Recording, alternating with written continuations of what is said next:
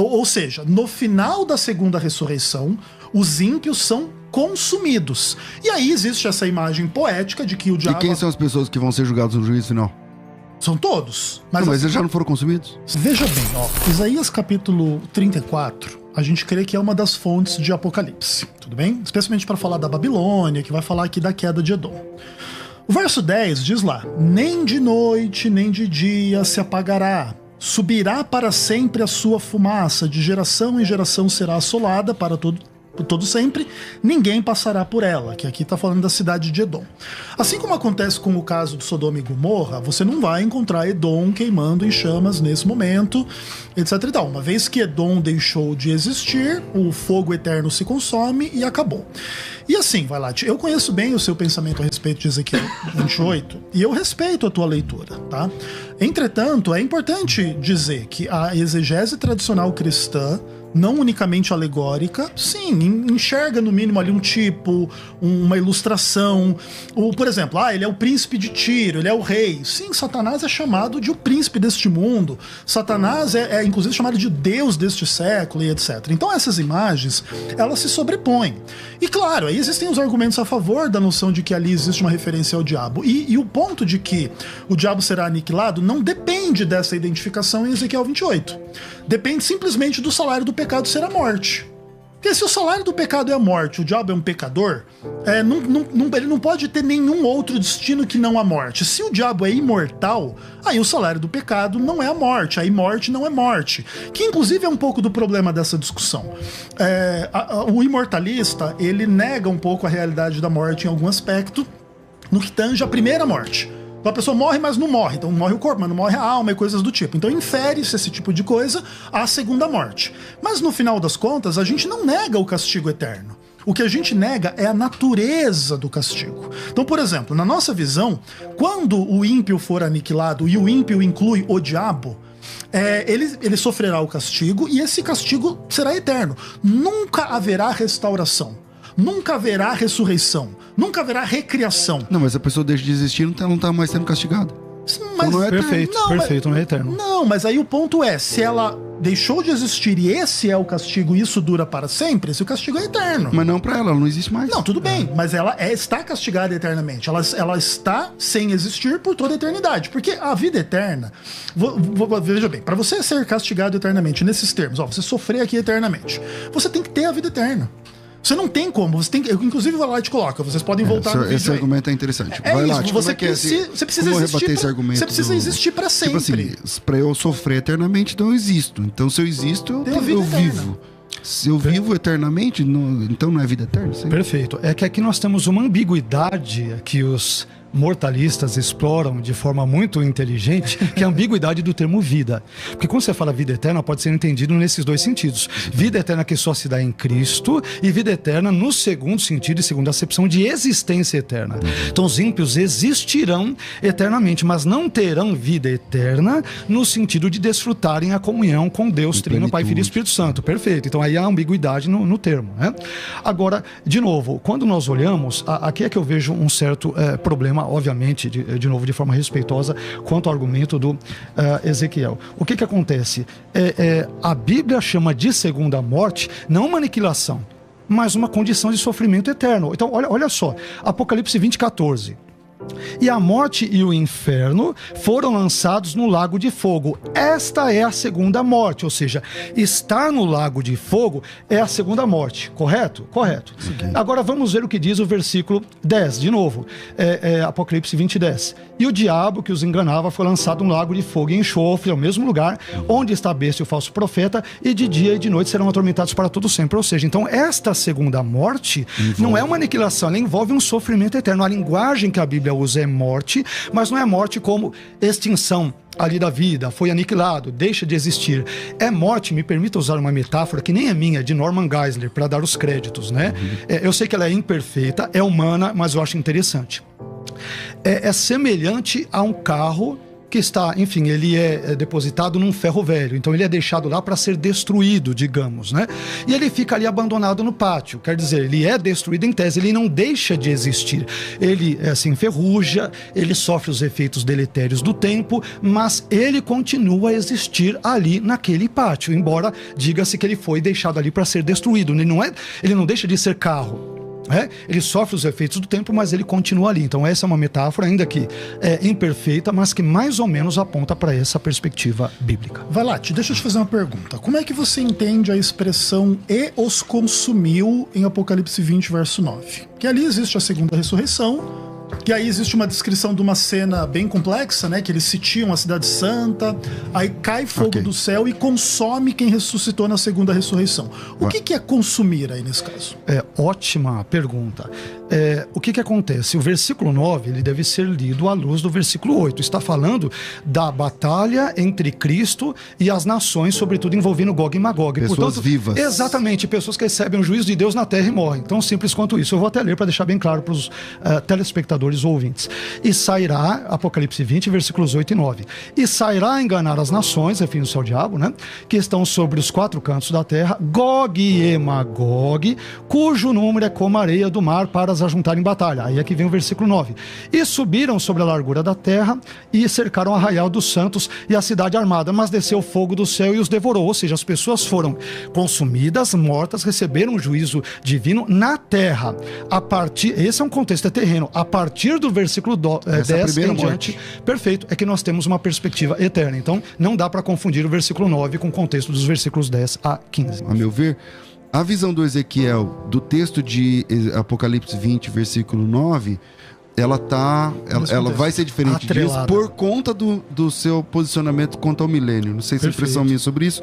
Então, voltamos aqui agora, vamos trabalhar esse texto aí de Mateus. Parei com o Valati, né? Isso. E aí volta aqui, Ezequiel. Bora lá. Perfeito. Inclusive, a gente fez um debate aqui, eu e o Jamierson, sobre o milênio, né? A gente tem uma visão do milênio celestial, que inclusive, sim, é uma das chaves da resposta ao que o Valati estava argumentando. Então a ideia do Valati, e aí quero representá-la corretamente, é que quando o fogo devora as pessoas ou consome as pessoas, é um contexto terreno, como se fosse assim uma coisa no milênio e tal, e que depois essas pessoas consumidas aqui, ela vai na forma de uma alma ou de alguma coisa assim... Pro juízo. Perfeito, juízo exatamente. No inferno. Mas o que acontece? Quando você lê o capítulo todo, especialmente a partir do verso 5, você tem a noção ali de que no verso 4 existe a primeira ressurreição. E aí diz assim o verso 5 em diante: os restantes dos mortos não reviveram até que se completassem os 1000 anos. Esta é a primeira ressurreição.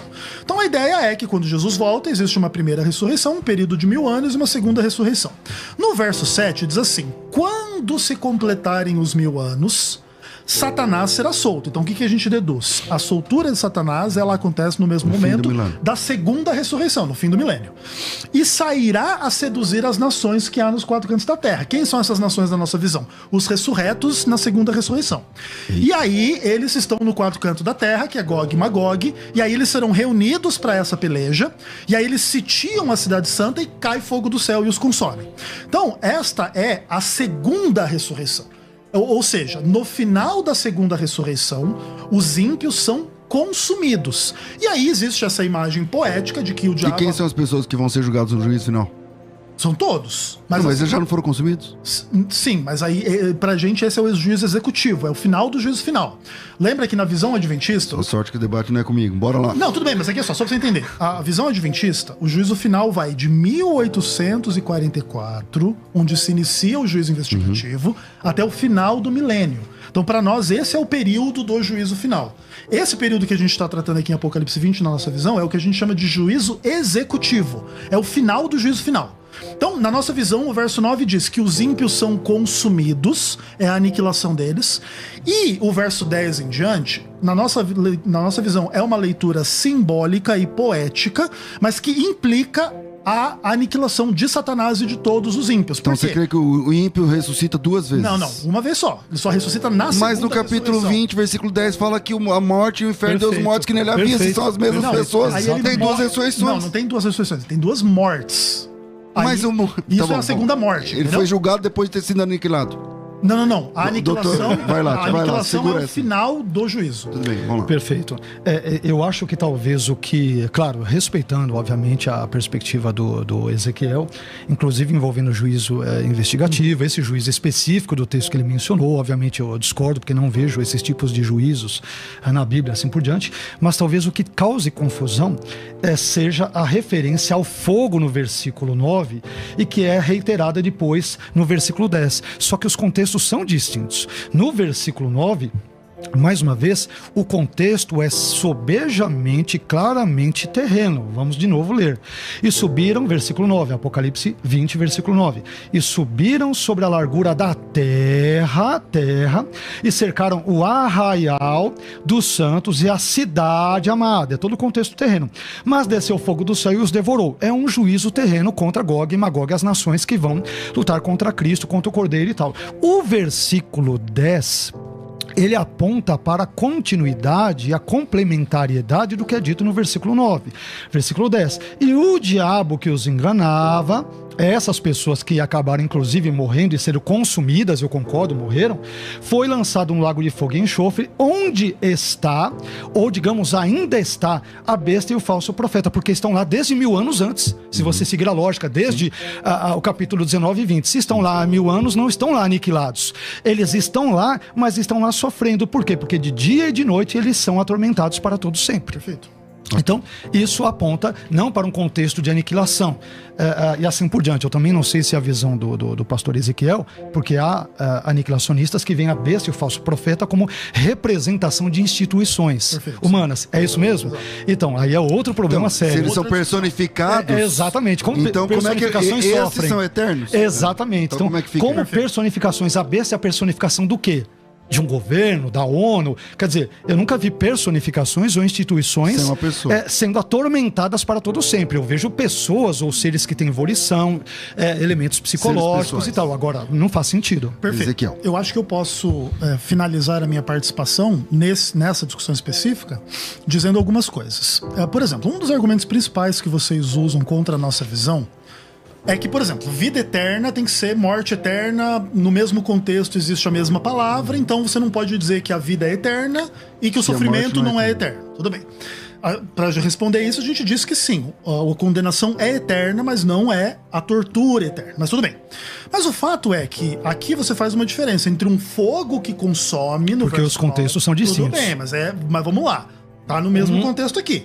O fogo que consome no verso 9, e agora tem um fogo que não consome do verso 10 em diante. Se eu fosse usar essa mesma lógica sua, eu vou dizer que esse fogo do verso 10 em diante também consome. Porque ele tem que ser igual, ele tem que ser parecido, porque ele tá no mesmo contexto. Outra coisa, sim, a ideia de que o diabo, a besta e o falso profeta passam por 1000 anos lá no fogo, e etc e tal, sim, implica que o diabo, a besta e o falso profeta têm uma natureza diferente desta que nós aqui estamos descrevendo em relação aos ímpios. E estão sofrendo, então. Estão sofrendo, perfeito. Entretanto... E são seres pessoais? Então, o diabo sim, a besta e o falso profeta não, na nossa visão não. Mas é um pouco difícil explicar e entender o texto. Mas nós entendemos que no final do milênio, eles também são aniquilados. Então eles sofrem mais do que os demais, eles são mais culpados do que os demais, porque aí tem a noção das penas proporcionais, né? Desculpe cortá-lo, só para entender. Claro. A besta é o anticristo? É que na nossa visão o anticristo é Roma, não é uma pessoa. Não, mas assim, peraí, na sua visão adventista tem a ver com o Papa, inclusive. Mas o Papa é uma pessoa. É um homem. Mais cedo ou mais tarde... O Papa é uma pessoa. A besta é uma pessoa, o anticristo é uma pessoa, não é uma instituição. Mais cedo ou mais tarde, um homem representa essa instituição, mas para nós o anticristo é a instituição.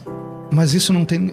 Segundo Tessalonicenses 2, né? O homem da iniquidade, sim, o filho da perdição é uma pessoa. Então, mas não é vamos lá. O julgamento é pessoal ou institucional? Ambos, mas na nossa visão... Ambos não. Sim. O julgamento final é pessoal ou institucional? De todas as pessoas, claro. Tá, então é pessoal. Também. Se ele é pessoal, como que a instituição vai pagar? seja como for, é a Babilônia que vai cair, inclusive a fumaça da Babilônia sobe pelos séculos dos séculos, e Apocalipse 18. É uma instituição, é uma cidade. Então pelos séculos dos séculos? Isso, é uma cidade. Não, mas a nossa visão é de acordo com Edom em Apocalipse 30, aliás, em Isaías 34. Isaías 34, tá. Entende? Porque perfeito. Que é a mesma coisa de Sodoma e Gomorra. Existe uma imagem simbólica e poética para colocar as questões. E o fato é assim, na nossa visão, o homem da iniquidade é o papado, instituição, ainda que obviamente sempre representado pelo Papa. Pessoa, indivíduo. Tudo bem, eu conheço o adventismo, meu irmão. É o Papa para vocês. É o Papa. Vamos lá. Então, aí é um problema gravíssimo de exegese, gravíssimo assim, né? Porque, veja bem, duas pessoas, não estou falando de instituições, estou falando de pessoas, são chamadas de Hohuios Tesapoleias, ou seja, o filho da perdição no Novo Testamento. O anticristo e Judas. Judas é um homem, não é uma instituição. Logo, o anticristo, que tem o mesmo nome, que é chamado de homem de iniquidade, só pode ser uma pessoa, ou seja, desmorona todo argumento. Você ele não tem pode representar uma coletividade, mas ele é um ser, né? Sim. 1 João 4 vai falar, muitos anticristos vieram, tem um elemento tipológico, tudo bem. É 1 João 4, mas 2 Tessalonicenses 2 e o texto de João, ambos vão citar respectivamente o anticristo e Judas como pessoas, seres dotados de pessoalidade, portanto não podem ser instituições. Então aqui nós temos algo sério em termos de exegese, claro que respeitando a leitura do Ezequiel, mas não tem o menor cabimento dizer que instituições, a besta, o falso profeta, são instituições malignas que vão sofrer, não tem cabimento zero, não tem nenhum fundo exegético. Não, assim, vai lá, deixa eu só colocar que assim, eu não discordo de ti que é difícil explicar o que seria esse tormento da besta e do falso profeta na nossa visão. Não tem explicação. Dos ímpios também. Dos ímpios também. Sim, exato. É difícil. Você vai ficar na melhor das hipóteses com um mistério. Perfeito. Na melhor. Perfeito. Mas assim, em termos da identidade do filho da perdição, o que a gente entende? A gente entende que Judas, a pessoa, é o protótipo de um monte de gente que, no final das contas, se materializa na Igreja Católica Apostólica Romana. Desculpa, essa é a nossa visão. Representada por uma pessoa. Eu deixei muito claro, sempre tem um papa lá no negócio. Mas seja no final das contas, é esse grupo. Então a nossa visão é essa, entende? E assim, Então você é sincero quando você fala que é a sua visão, mas você não fala tudo. Porque na visão, na escatologia adventista, é uma pessoa. E essa pessoa é o Papa. Vocês têm a contagem do número de papas, meu Deus do céu. Não é a gente. E, por exemplo, o Samuel Ramos faz essa contagem de 7 papas, a gente discorda. Mas enfim, essas discussões elas são complicadas mesmo. Mas não é adventismo isso? É adventismo, então, mas é uma pessoa dentro do adventismo. Vamos lá. Tá, perfeito. Bom, a situação enfim, ela é bem complicada e aí eu creio que a essa altura aqui do nosso debate, graças a Deus amistoso, dá para os telespectadores perceberem. Não faz o menor sentido falar da besta e do falso profeta como sendo representações de instituições ou entidades, sejam elas quais forem. A besta é uma referência ao anticristo, que é uma pessoa, né, de carne e osso, e não um elemento etéreo, abstrato ou algo do gênero.